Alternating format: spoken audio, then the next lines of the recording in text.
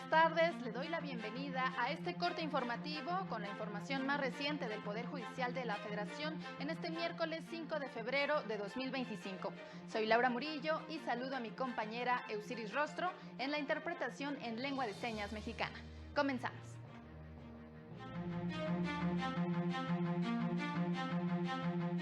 Procede el embargo de bienes contra una tercera persona, pero solo de aquellos que vigile como administrador de la parte identificada como deudora.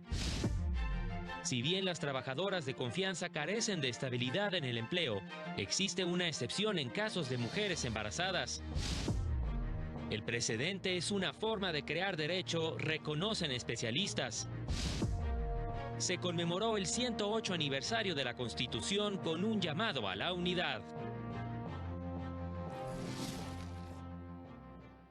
La primera sala de la Corte determinó que el artículo 1169 del Código de Comercio permite extender la retención de bienes contra una tercera persona, pero solo de aquellos que vigile en su carácter de administradora, socia o tutora de la parte identificada como deudora, mas no sobre su patrimonio personal.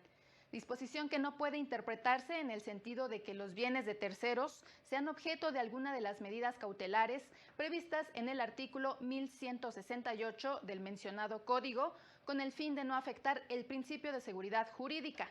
Recordó que el artículo 1169 del Código de Comercio no permite decretar alguna medida cautelar sobre el patrimonio de una persona distinta a la señalada como deudor, sino únicamente sobre los bienes que conforman el patrimonio de esta última, aun cuando estén a cargo o a disposición de un tercero que tenga el carácter de administrador, socio o tutor. Las medidas precautorias se otorgan cuando existe el temor de que el demandado se oculte o ausente, oculte o dilapide los bienes. Para ello se debe acreditar el derecho y la necesidad de la medida. La segunda sala de la Corte estableció que si bien las trabajadoras de confianza carecen de estabilidad en el empleo, tal como se prevé en la fracción 11ª, inciso C, apartado B del artículo 123 constitucional, lo cierto es que el mencionado artículo contempla una excepción a esta regla dirigida a las trabajadoras embarazadas sin distinguir entre nombramientos de base y de confianza. Por este motivo, concedió el amparo y la protección a una servidora pública con el fin de que fuera reinstalada en el empleo y se le pagaran salarios caídos. El anterior criterio lo estableció al resolver un amparo promovido por una mujer servidora pública que fue despedida ilegalmente con motivo de su embarazo. La sala estimó que en las dos instancias previas a que el asunto llegara a la Suprema Corte, habían reconocido el despido injustificado. Sin embargo, le negaron la reinstalación al realizar una interpretación restrictiva de la maternidad. Y en el marco del 108 aniversario de la promulgación de la Constitución de 1917, la Suprema Corte destacó algunos datos relevantes de nuestra ley suprema.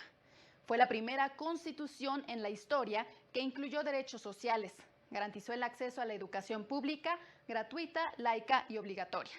Reconoció derechos laborales, incluyendo la jornada de 8 horas, el derecho a la huelga y la seguridad social. Aunque la norma suprema se promulgó el 5 de febrero de 1917, entró en vigor hasta el 1 de mayo de ese mismo año. Este miércoles 5 de febrero se conmemoró el 108 aniversario de su promulgación en el Teatro de la República de la ciudad de Querétaro. Y el sistema de precedentes en México es de carácter obligatorio para órganos jurisdiccionales y abona a la protección de derechos, señalaron especialistas. En México los precedentes judiciales van evolucionando con el tiempo en beneficio de los justiciables, afirmó Gladys Fabiola Morales Ramírez. Durante el martes de jurisprudencia y bajo la temática de el sistema de precedentes en nuestro país, la investigadora del Centro de Estudios Constitucionales de la Suprema Corte indicó. Y en el corazón de esta discusión de ¿por qué deciden los jueces? ¿O qué esperamos que decidan las y los jueces? Y los márgenes de interpretación que tienen, en medio de eso, en el corazón de esa, visión que tengamos, se encuentra el precedente. Entendido como una fuente judicial, el precedente es también una fuente formal de creación del derecho, proveniente de resoluciones de tribunales sobre casos específicos. En tal sentido, deben ser acatados por otros órganos jurisdiccionales y tienen fuerza vinculante. Puede tener diferentes tipos o manifestaciones. Las reglas, principios, doctrina judicial puede ser dependiendo del sistema jurídico, dependiendo del momento histórico, las reglas cambian a lo largo del tiempo, entonces lo que fue hace 50 años es probable que no sea lo mismo hoy o 50 años después. La investigadora del Centro de Estudios Constitucionales abundó que hay precedentes con carácter orientador, pero que hay sistemas de justicia como el mexicano, donde sí poseen el carácter obligatorio para otros órganos jurisdiccionales. Para el canal del Poder Judicial de la Federación, Óscar González. Y en más temas, la Corte ha reiterado que en todos los procedimientos que involucren a niñas, niños y adolescentes migrantes, el interés superior de la niñez debe ser una consideración primordial. Al resolver el amparo en revisión 7/2020, la primera sala determinó que frente a la afluencia masiva de personas migrantes que cruzan nuestro país, las autoridades tienen la obligación constitucional de diseñar medidas colectivas o grupales para garantizar la evaluación inicial de niñas, niños migrantes. Y con ello se deben fijar lineamientos para atender a los menores de edad que viajan en las caravanas como grupo y otorgarles el reconocimiento prima facie de la condición de refugiado. Y los casos de derechos humanos son historias que nos recuerdan la importancia de la protección de la dignidad y la igualdad, ya sea desde una protesta hasta una sentencia internacional. Todo gira en torno a un objetivo: garantizar un mundo más justo, señaló la Unidad General de Conocimiento Científico y Derechos Humanos de la Suprema Corte. Estos casos en los que se denuncian violaciones o amenazas a los derechos reconocidos por leyes nacionales e internacionales implican la responsabilidad del Estado para garantizar justicia, reparación y medidas de no repetición. Generan un gran impacto social, político y diplomático, además de que promueven reformas estructurales y pueden movilizar a víctimas, personas defensoras, ONGs y organismos internacionales para fortalecer la justicia y proteger la dignidad humana. Es momento de hacer una breve pausa y continuamos con más información.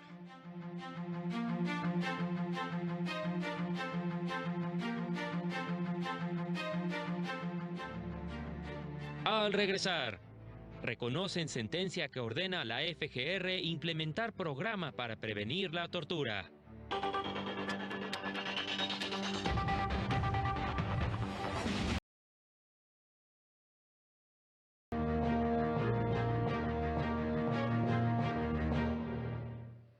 Le informamos también que este miércoles se llevó a cabo en el Teatro de la República de la ciudad de Querétaro la ceremonia con la que se conmemoró el 108 aniversario de la promulgación de la Constitución de 1917.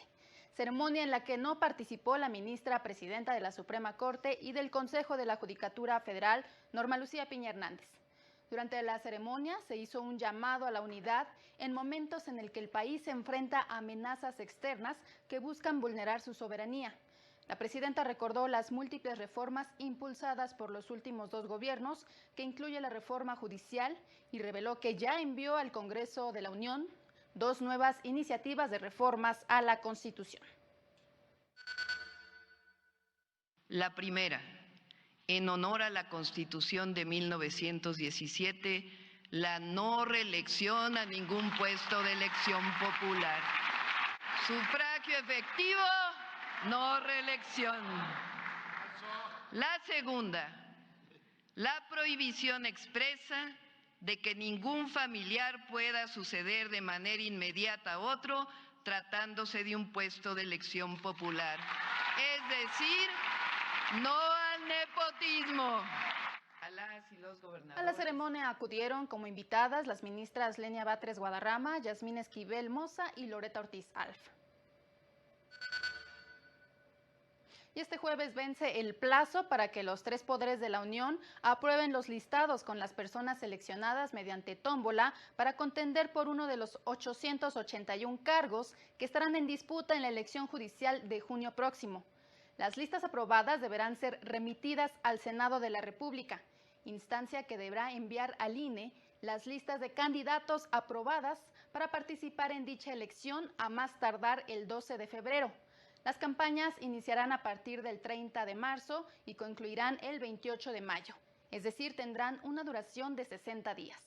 Por otra parte, se dio a conocer que Reinaldo Reyes Rosas, quien renunció al cargo de magistrado de circuito el pasado 31 de diciembre, impulsa un nuevo partido político que busca llamarse Ciudadanía Ya, que tendrá como lema y misión restablecer el Estado de Derecho en el país. El exintegrante del 10º Tribunal Colegiado en materia penal del primer circuito llamó a la ciudadanía, trabajadores de base del Poder Judicial y a jueces y magistrados en retiro a sumarse a esta nueva opción política. Y las personas con discapacidad tienen derecho a participar en las decisiones sobre cuestiones que les afectan de manera directa o indirecta, por lo que es obligación del Estado realizar consultas en las que se tomen en cuenta sus opiniones al realizar proyectos o políticas públicas que les impacten, destacó la Unidad General de Conocimiento Científico y Derechos Humanos de la Suprema Corte. Algunas de estas pueden ser el seguro social y la pensión de invalidez, la asistencia personal, accesibilidad y ajustes razonables, así como las leyes, políticas públicas, el acceso a la justicia, a la salud, al trabajo y a la educación. La participación debe ser activa, individual, transparente y con accesibilidad, es decir, con formatos que puedan entender, como el braille o la lengua de señas mexicana, según sea el caso, con facilidad en las instalaciones físicas como rampas y pavimentos podotáctiles y herramientas en línea como la señalización clara y compatibilidad con lectores de pantalla.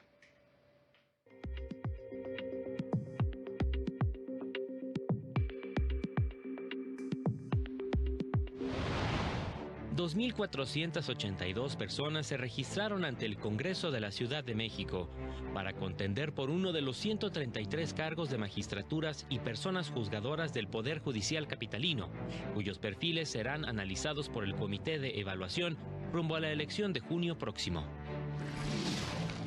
El Supremo Tribunal de Justicia de Morelos tomó protesta a jueces de paz de 6 municipios de la entidad, con lo que ya suman 10 municipios que cuentan con esta figura, especializada en encontrar soluciones a través de la mediación.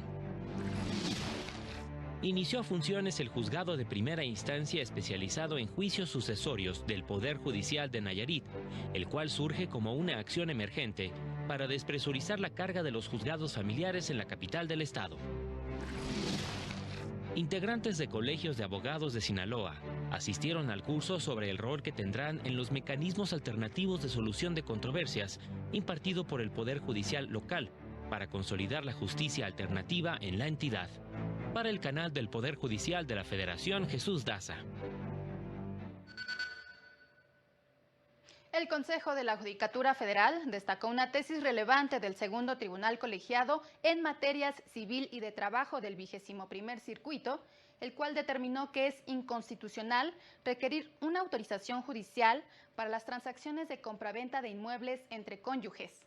Lo anterior, pues dicha disposición contenida en el Código Civil de Guerrero es una clara restricción a la libertad contractual y a la autonomía de la voluntad de las personas por la sola circunstancia del estado civil entre los contratantes y un trato desigual a quienes tienen plena capacidad de goce y de ejercicio por ser mayores de edad y ciudadanos, lo que viola el derecho de igualdad entre la mujer y el hombre y a la no discriminación por razón del estado civil de las personas. La Defensoría Pública Federal destacó que la sentencia que ordena a la Fiscalía General de la República implementar el Programa Nacional para Prevenir la Tortura es un paso clave para erradicar esta grave violación a los derechos humanos. Indicó que para las víctimas de tortura es fundamental que se cumpla con esta relevante sentencia, lograda por distintas organizaciones de la sociedad civil. Por su parte, la Oficina en México del Alto Comisionado de la ONU para los Derechos Humanos saludó la resolución del 10º Tribunal Colegiado en materia administrativa en la Ciudad de México, que ordena a la Fiscalía General de la República expedir el Programa Nacional para Prevenir y Sancionar la Tortura, establecido por ley desde hace 7 años. Asimismo, ofreció continuar brindando acompañamiento técnico para su adopción, pues reconoce que la tortura persiste en nuestro país y debe erradicarse. Además, reconoció a las organizaciones de la sociedad civil que litigaron el caso y subrayó que esta sentencia demuestra la importancia de contar con una judicatura independiente capaz de supervisar imparcialmente la aplicación efectiva del marco normativo de derechos humanos en México. Es momento de hacer una nueva pausa y continuamos con las noticias.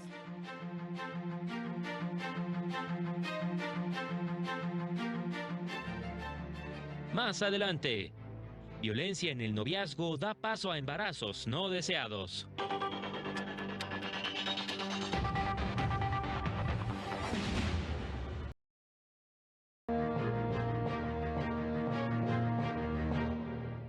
Gracias por continuar en este espacio informativo.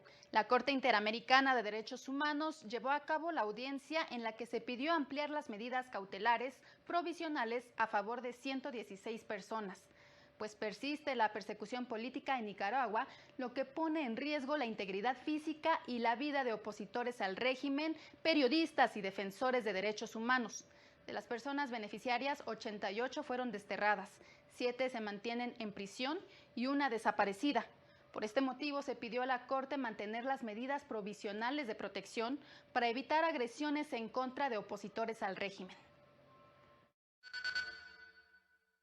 Además, como demostraremos más adelante, Nicaragua continúa en desacato permanente de lo ordenado por el tribunal, lo que mantiene en una situación de desprotección absoluta a los beneficiarios e incrementa la situación de riesgo a la que se encuentran expuestos.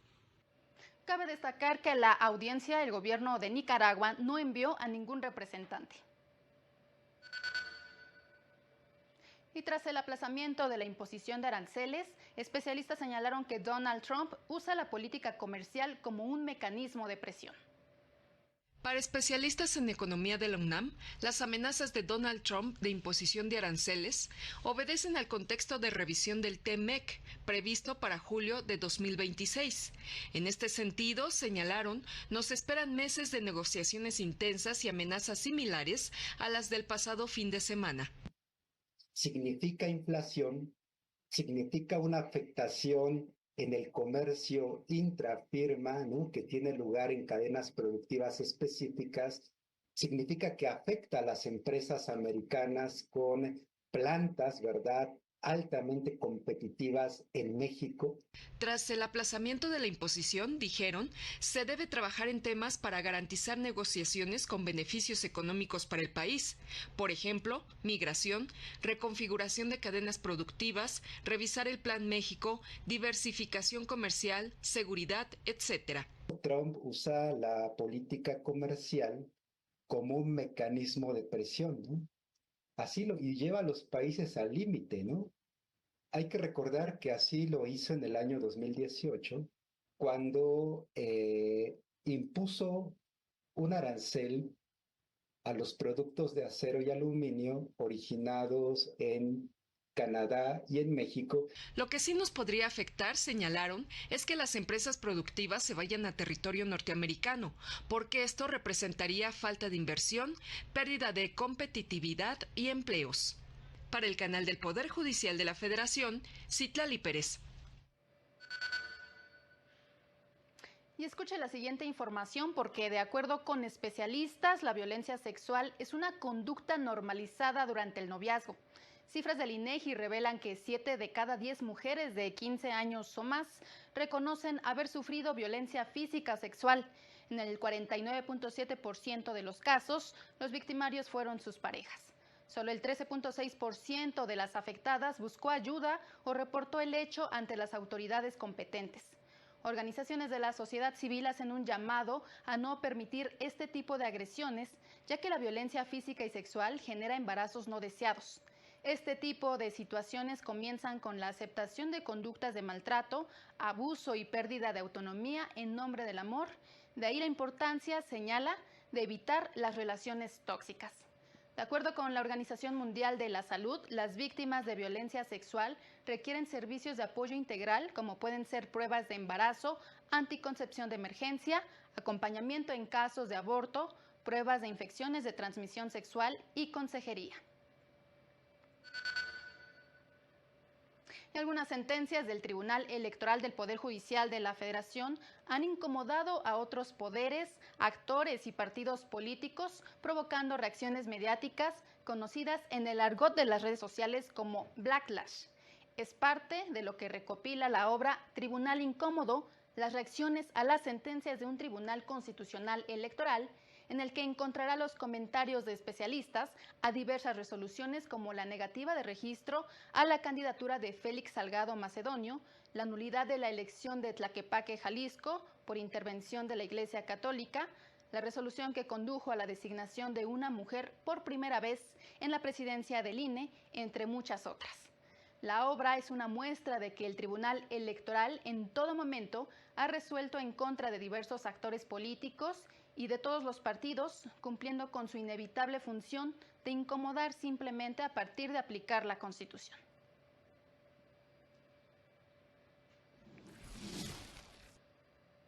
Así llegamos al final de este corte informativo, agradecemos su atención y lo invitamos a permanecer en la programación del canal del Poder Judicial de la Federación. Que tenga una muy buena tarde.